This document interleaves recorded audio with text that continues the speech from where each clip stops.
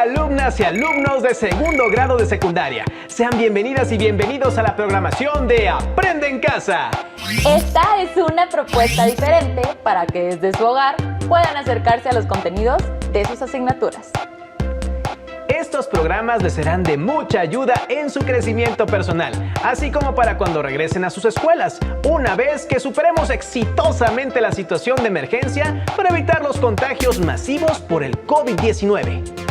Recuerden que durante este proceso es importante apoyar a su familia con respeto, tolerancia y, ¿por qué no?, compartiendo lo que aprendan en cada sesión.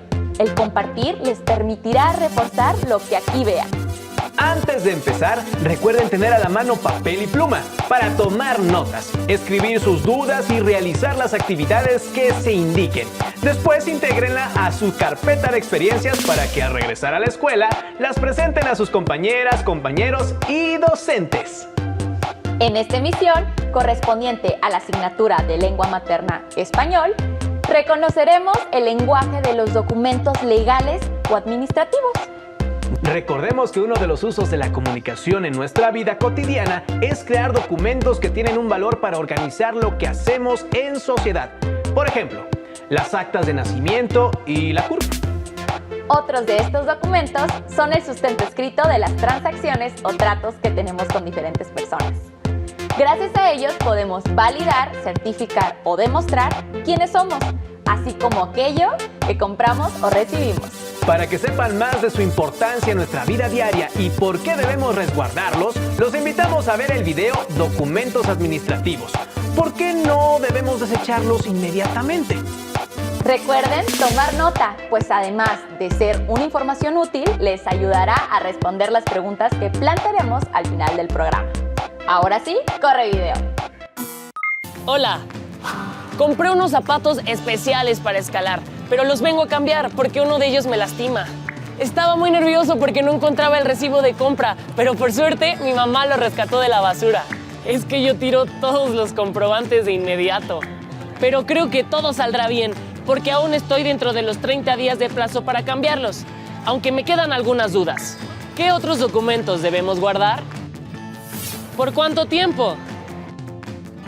Es algo que debemos saber, ¿no lo crees? ¿Qué haces? Estoy buscando la factura de la compu. No la encontramos y mi mamá está muy preocupada porque ahora no podrá ser válida la garantía. Te ayudo. ¿Dónde guardan sus documentos? ¿Cómo los organizan? Los ponemos donde sea. A veces los guardamos en libros y a veces incluso los tiramos. Mi mamá siempre dice que hay que guardar los documentos importantes en folders. ¿Todos los documentos? ¿Para siempre? No sé bien. Mejor investiguemos.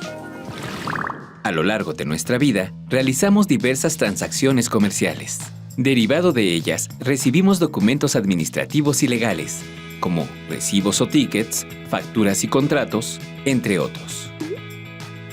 El tiempo que se deben conservar depende de su utilidad. Veamos algunos ejemplos.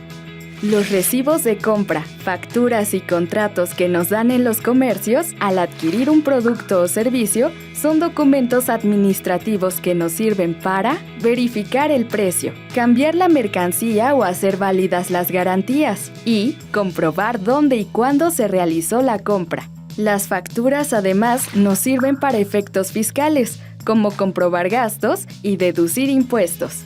Un boleto del cine, por ejemplo, puedes desecharlo en cuanto salgas de la función, pero un recibo o ticket de compra se debe guardar más tiempo, hasta que hagas uso del producto y compruebes que está en buen estado.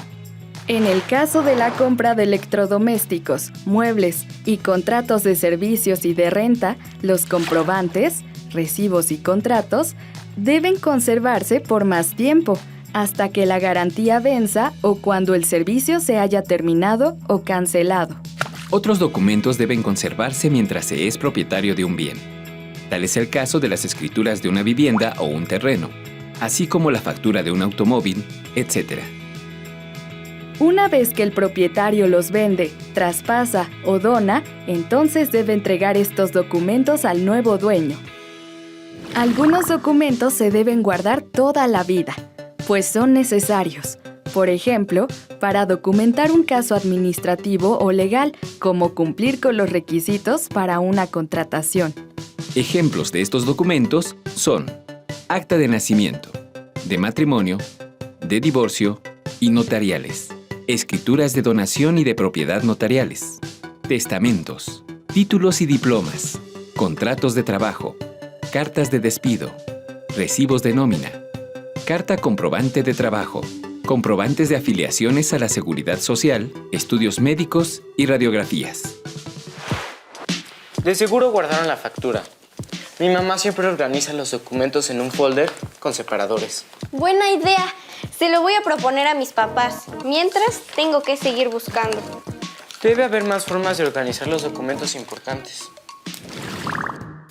Para conservar en buen estado los comprobantes, se sugiere escanearlos o fotocopiarlos y guardar los originales de preferencia en lugares con poca luz.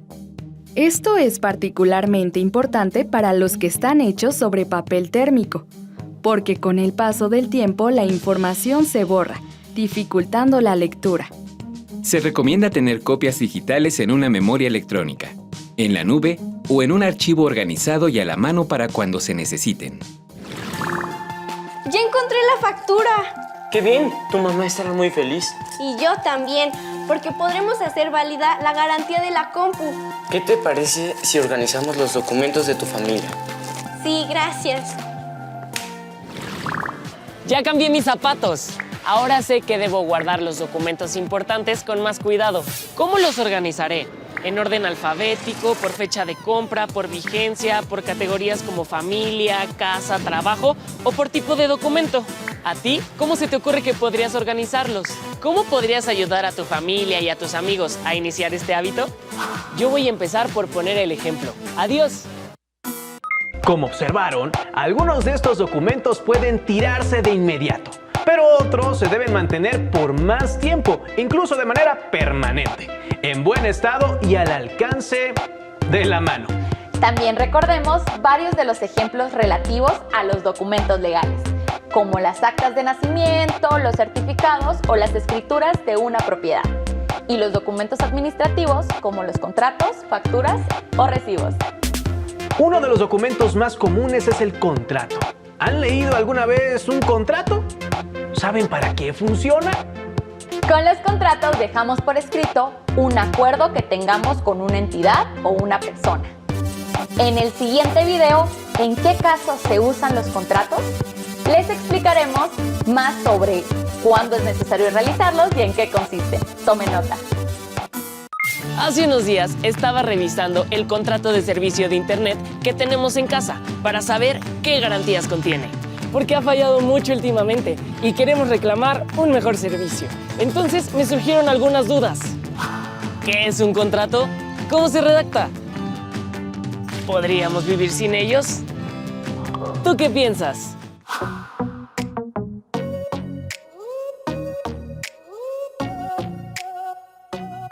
Hola. ¿Qué haces? Te ves muy concentrado. Estoy revisando el contrato de arrendamiento de la casa porque mis papás necesitan saber cuánto tiempo tenemos como mínimo para avisarle al arrendador que desocuparemos su inmueble para que no nos cobre una multa. ¿Se van a cambiar de casa? Sí, encontramos una más cerca del trabajo de mi mamá y de la escuela. ¡Qué bueno! Sí, perdón, pero tengo que seguir leyendo el contrato. Ah, bueno, de hecho, si quieres, te puedo ayudar a buscar información. Ah, sí, mira, de hecho aquí encontré... La palabra contrato viene del latín contractus y se define como el acuerdo de voluntades de dos o más personas que produce ciertas consecuencias jurídicas, es decir, que crea o transmite derechos y obligaciones a las personas que lo firman. Para firmar un contrato es requisito ser mayor de 18 años. En caso de ser menor de edad, es necesaria la autorización de sus padres. Los contratos pueden ser sobre cualquier materia, siempre y cuando sea legal. Las obligaciones y los derechos de los contratantes se indican mediante reglas, presentadas como cláusulas, estipulaciones o condiciones. Algunos contratos indican las particularidades mediante anexos. El contrato debe contar con los siguientes elementos. Elementos esenciales. Acuerdo entre las partes que celebran el contrato. Objeto o propósito del contrato. Derechos y obligaciones de los contratantes. Elementos naturales. Son los previstos según el tipo de contrato. Por ejemplo, en un contrato de prestación de servicios se indicará el costo, la duración del servicio y la forma de pago. Elementos accidentales. Son los que se agregan de común acuerdo entre los contratantes, siempre que no vayan contra la ley, la moral, ni la buena fe. Ya tengo la información que necesitamos. No habrá problemas porque estamos a tiempo de avisarle al dueño que no renovaremos el contrato. ¡Qué bueno! Ahora vivirás más cerca de la escuela. Cuando yo venda mi bici, voy a hacer un contrato. No sé si en ese caso es necesario hacer eso. Mejor investigamos. Va. Aquí dice que existen contratos para casi todas las actividades de intercambio de bienes y servicios.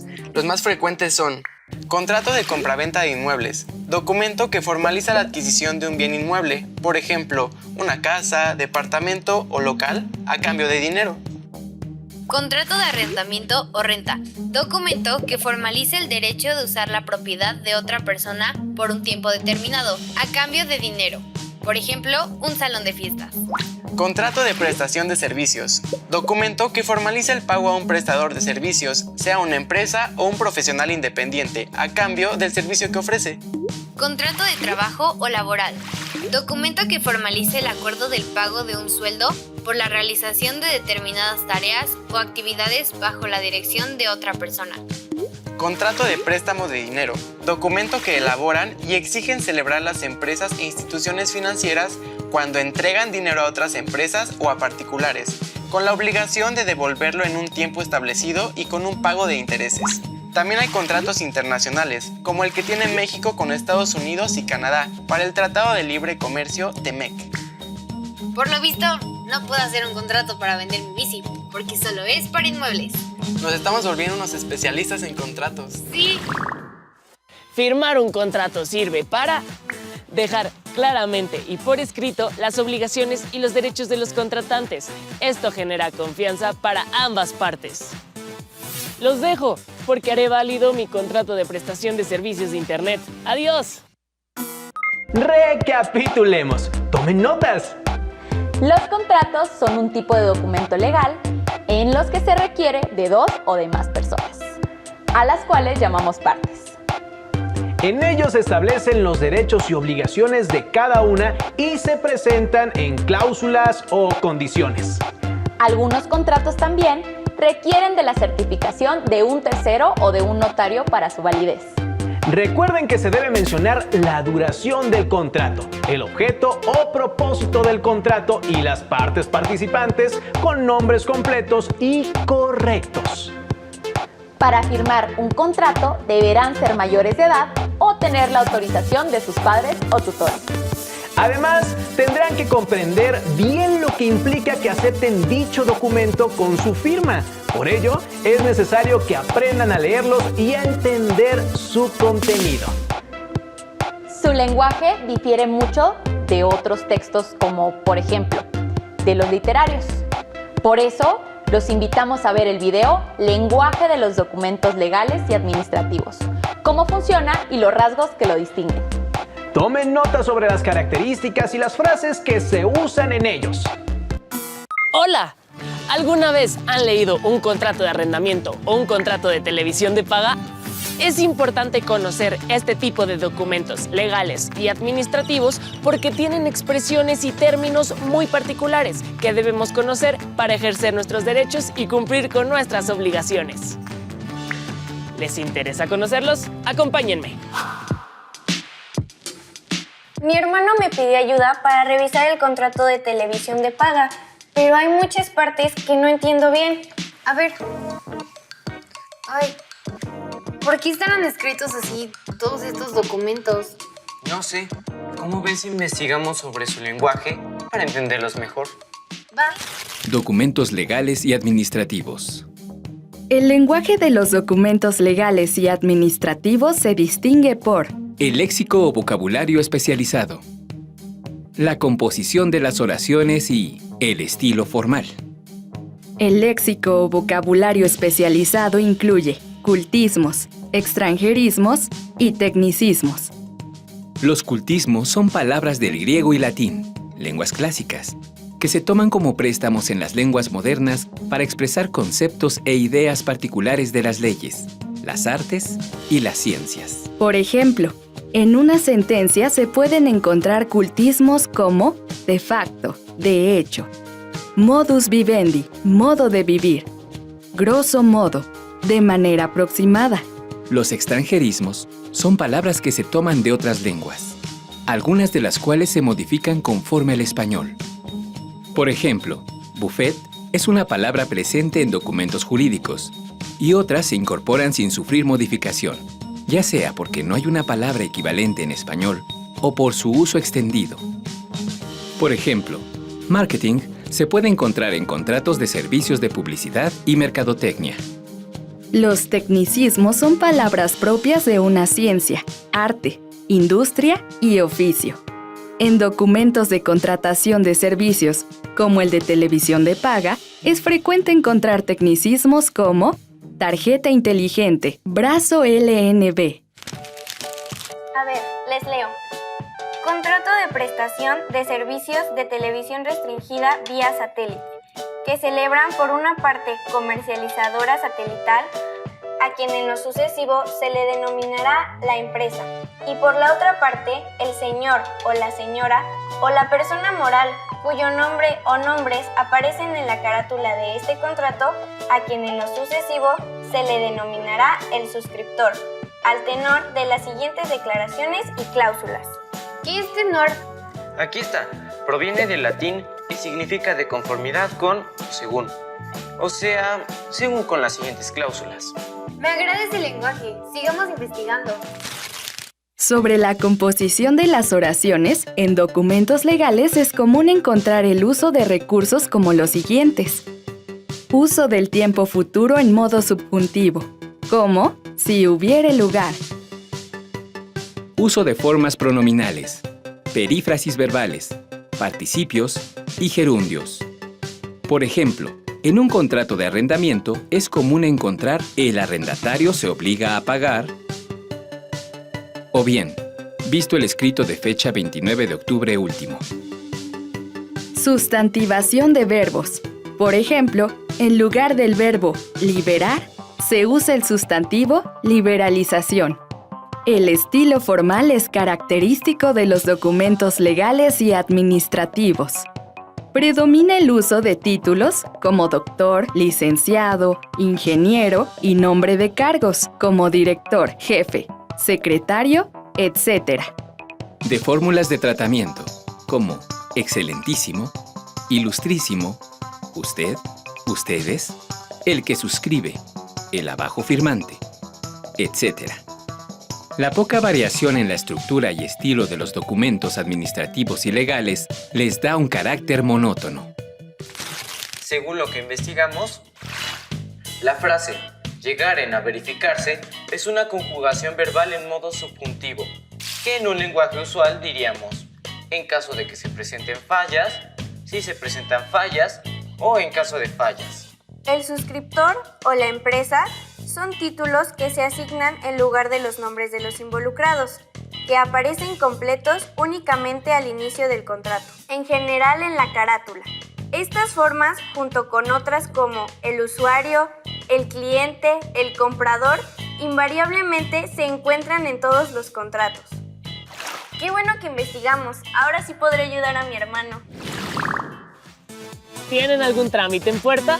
Los reto a leer algún documento legal. ¡Adiós! Como observaron, el lenguaje se basa en el uso de fórmulas, tecnicismos, expresiones y tiempos verbales muy específicos, vocabulario especializado y un estilo formal. Estos tecnicismos varían dependiendo del documento que tengamos en nuestras manos. Por ello debemos leerlos muy bien antes de firmarlos. Recuerden que son nuestro único sustento legal para la resolución de problemas que lleguen a presentarse en un futuro. Así que no los tiren. Ahora les pedimos realizar la siguiente actividad. Tomen nota de las preguntas que aparecen en pantalla. ¿Por qué es importante guardar los documentos administrativos o legales?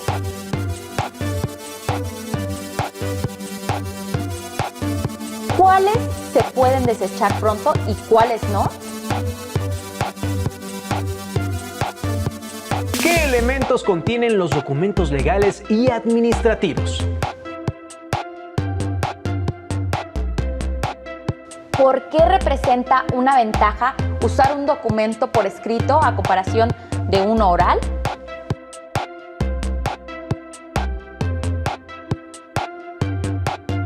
¿En qué situaciones se puede recurrir a un contrato? Pidan a un familiar que les muestre un contrato de teléfono, de arrendamiento o de internet. Identifiquen su estilo, los tecnicismos, las fórmulas que usa. Hagan una lista de ellos. Pregúntense hasta cuándo tendrán que conservar este documento.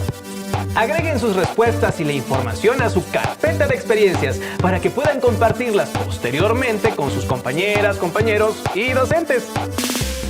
Recuerden siempre revisar los documentos legales y administrativos que lleguen a sus manos para conocer qué información tienen y corroborar que los datos sean correctos.